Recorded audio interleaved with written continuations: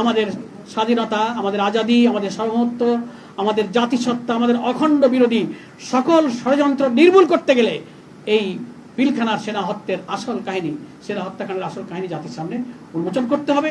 সেই সময়ের সাবেক প্রধানমন্ত্রী, যিনি জনতার রুদ্র রোষে দেশ থেকে পালিয়ে যেতে বাধ্য হয়েছেন, নানান খুনের অভিযোগে তিনি অভিযুক্ত এবং সাজাপ্রাপ্ত, তিনি সহ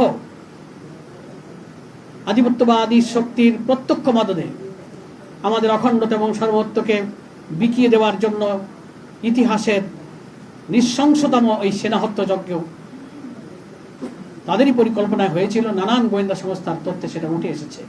বারবার সে কাহিনী চাপা দিতে চাওয়া হয়েছে নানান এজেন্সির মধ্য থেকে। খুব রহস্যজনক মন্তব্য সেসব এজেন্সির কর্তৃত্ব, যারা দায়িত্ব নিয়ে যারা কথা বলেন, তারা অনেক সময় এমন কথা বলেছেন জাতি আশাহত হয়েছে।